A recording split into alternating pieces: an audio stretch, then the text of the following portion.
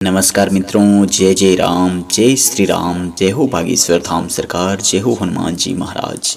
दोस्तों, पूज्य गुरु जी ने 2 दिन पहले अपने एक कथा में एक ऐसा उपाय बताया जो उन्होंने आज तक नहीं बताया था। पूज्य गुरु जी ने कहा, जब आपके पास रुपए पैसों की तंगी बढ़ती जा रही हो, घर में कुछ भी ठीक से नहीं चल रहा हो, चारों तरफ से सिर्फ परेशानियां ही परेशानियां नजर आ रही हों और कहीं से बाहर निकलने का कोई रास्ता भी ना नजर आ रहे हो, तो आपको सिर्फ और सिर्फ यह एक उपाय अपना लेना चाहिए।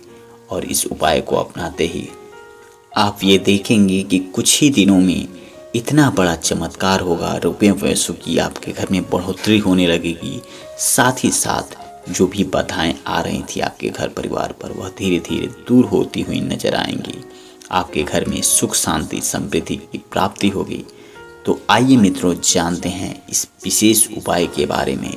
लेकिन उससे पहले यदि आपने अभी तक हमारे चैनल को सब्सक्राइब नहीं किया है तो सब्सक्राइब कर लें और बेल आइकन को दबा दें तथा हमारे छोटे से परिवार का एक सदस्य जरूर बने। मित्रों, हम लोगों के घरों में अक्सर यह देखा जाता है कि खाना बनाते समय घर में खाना थोड़ा ज़्यादा ही बना दिया जाता है और अंत में सब्जी तो समाप्त हो जाती है, लेकिन रोटियां बच जाती हैं। और अगले दिन घर में जब घर के सदस्य उस बासी रोटियों को नहीं खाते हैं, तो यदि आपके घर में भी अगर ऐसा होता है तो ये जानकारी आपके लिए बहुत ही ज़्यादा लाभकारी सिद्ध होने वाली है मित्रों। इसलिए वीडियो को पूरा अवश्य देखें और इसमें बताई गई एक एक उपायों को आप जरूर करें। इसमें जो भी उपाय बताए गए हैं वह बहुत ही कारगर सिद्ध होने वाले हैं मित्रों। जिन घरों में बासी रोटी बार बार फेंका जाता है, उस घर से माँ अन्नपूर्णा नाराज हो जाती हैं और धीरे धीरे वह घर परिवार तबाह होने लगता है।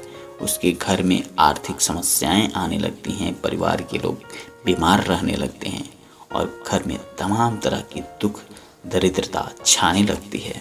यदि कोई व्यक्ति अपने जीवन में कुछ बड़ा करना चाहता है तो सबसे ज़रूरी चीज़ ये है कि वह स्वस्थ रहे, बीमारियों से बचा रहे। लेकिन कुछ गलतियां हैं जो अक्सर घर की महिलाएं, माताएं, बहनें कर देती हैं, जिनकी वजह से इसका परिणाम पूरे घर परिवार को भुगतना पड़ता है। तो आइए मित्रों, एक एक करके जान लेते हैं उन गलतियों को और कोशिश करना चाहिए कि इन गलतियों को करने से हमें बचें। इसमें सबसे पहला आता है स्नान करके खाना बनाना। बहुत सारे घरों में आज भी यह देखा जाता है कि माताएं बहनें बिना स्नान किए खाना तैयार करने लगती हैं और खाना ही वह चीज़ है जिसकी बदौलत घर परिवार में सुख शांति समृद्धि आती है।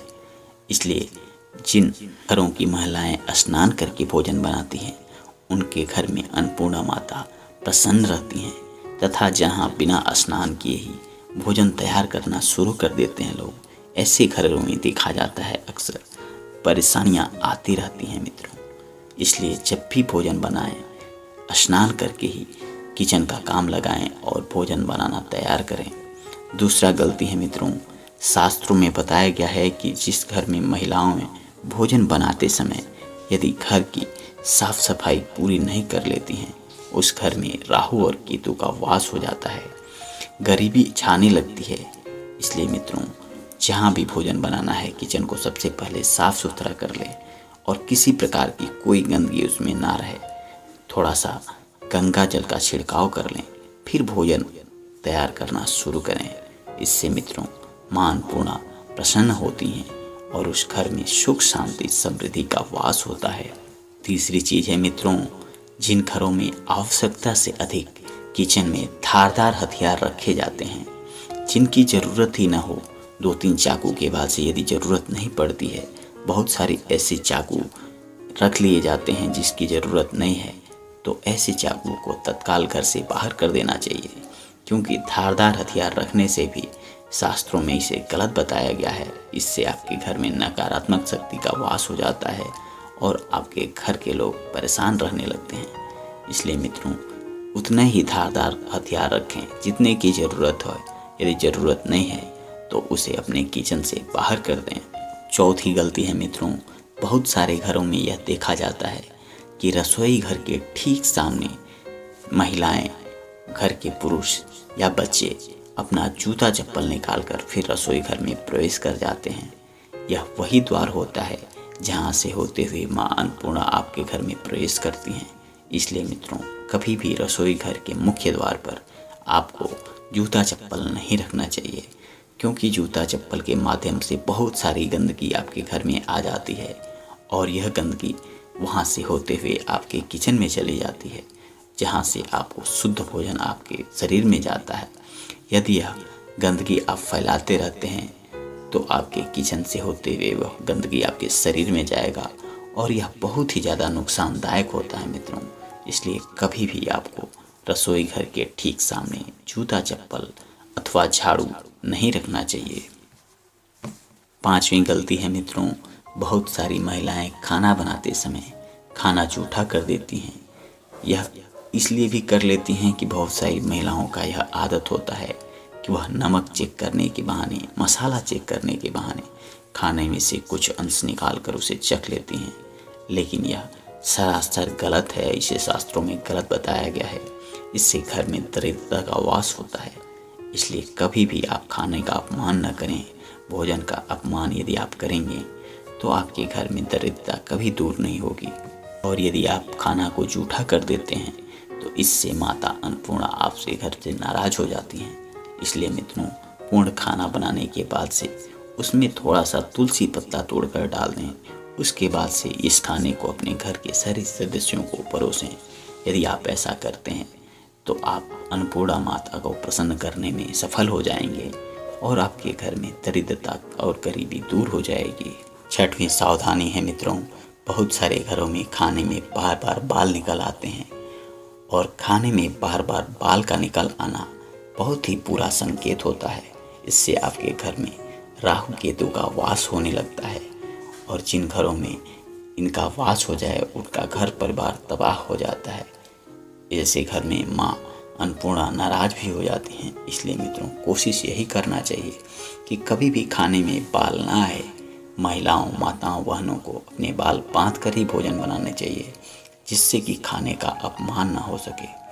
7वीं गलती है मित्रों, वास्तुशास्त्र में ऐसा माना जाता है कि जिन घरों के किचन में यदि आप शीशा रख देते हैं तो यह बहुत ही ज़्यादा नकारात्मक शक्तियों को अपनी तरफ आकर्षित कर लेता है और कभी भी अग्नि की प्रतिबिंब आपके कांच में बनती है तो इसे गलत माना गया है। इससे घर में कलह कलेश उत्पन्न होते हैं, बहुत तरह की परेशानियां आपके घर में आने लगती हैं। इसलिए कभी भी किचन में, आपके रसोई घर में शीशा नहीं रखना चाहिए और यदि आपके घर में ऐसा है तो उसे तत्काल ही वहां से बाहर निकाल दें। अगला उपाय है मित्रों, कुछ घरों में यह भी देखा जाता है कि रोटी बनाते समय आटा ज़्यादा हो जाता है और उस आटा को किचन में ही रख दिया जाता है। यदि गूथा हुआ आटा किचन में रखा जाता है तो इससे घर में शनि एवं राहु का वास होने लगता है और यह प्रक्रिया बार बार होने पर उस घर में इस तमाम तरह की दिक्कतें आना शुरू हो जाती हैं। इसलिए कभी भी आपको गूथा हुआ आटा घर में नहीं रखना चाहिए, किचन में नहीं रखना चाहिए। उतना ही आटा गूँथें जितना कि आपकी आवश्यकता हो और आवश्यकता अनुसार आटा का रोटी बनाएं। गूँथे हुए आटे को किचन में नहीं रखें। 9वां उपाय है मित्रों, घर में बहुत सारे बर्तन ऐसे होते हैं जो पुराने हो जाते हैं और टूट जाते हैं और यदि आप टूटे हुए बर्तन का प्रयोग करते हैं तो ये सरासर गलत है। आपको कभी भी टूटे हुए बर्तन का प्रयोग अपने किचन में नहीं करना चाहिए। उसे तत्काल अपने घर से बाहर निकाल देना चाहिए, किसी कबाड़ी को दे देना चाहिए, हटा देना चाहिए। यदि किचन में टूटे हुए बर्तन पाए जाते हैं तो यह नकारात्मक शक्तियों को अपने घर में प्रवेश कर देते हैं। तो ये थे कुछ उपाय मित्रों, जिन उपायों को यदि आप अपनाते हैं तो आप इन नकारात्मक शक्तियों के साथ साथ माता अन्नपूर्णा को भी प्रसन्न करने में आपको लाभ मिलता है। अब आइए जानते हैं कि यदि आपके घर में बासी रोटी बच जाए तो उसका क्या करना चाहिए। यदि आपके घरों में नित्य बासी रोटी बचती है तो इसे गलत माना गया है और यदि कभी कभार आपके घर में बासी रोटी बच जाती है तो उसे कोशिश करें कि गर्म करके और उसे खा लें, उसका सेवन कर लें। यदि आप ऐसा कर लेते हैं तो यह बहुत ही अच्छा माना जाता है। और यदि आप बासी रोटी नहीं खा पाते हैं तो उसे तत्काल ही ले जाकर सुबह सुबह गौ माता को खिलाते हैं, क्योंकि यदि आपके घर के आसपास में यदि कोई भी गौ माता है और वह रोटी को खा लेती हैं तो आपके घर पे बहुत ही अच्छा शुभ माना जाता है और गौ माता का आशीर्वाद प्राप्त होता है। कोशिश करें कि उस बासी रोटी में थोड़ा सा गुड़ डाल दें, जिससे कि वह गौ माता उसे आसानी से खा सकें, क्योंकि बासी रोटी को जितना समय तक यदि आप अपने घर में रखते हैं, नकारात्मक शक्तियों का उतना ही अधिक आपके घर में वास हो जाता है।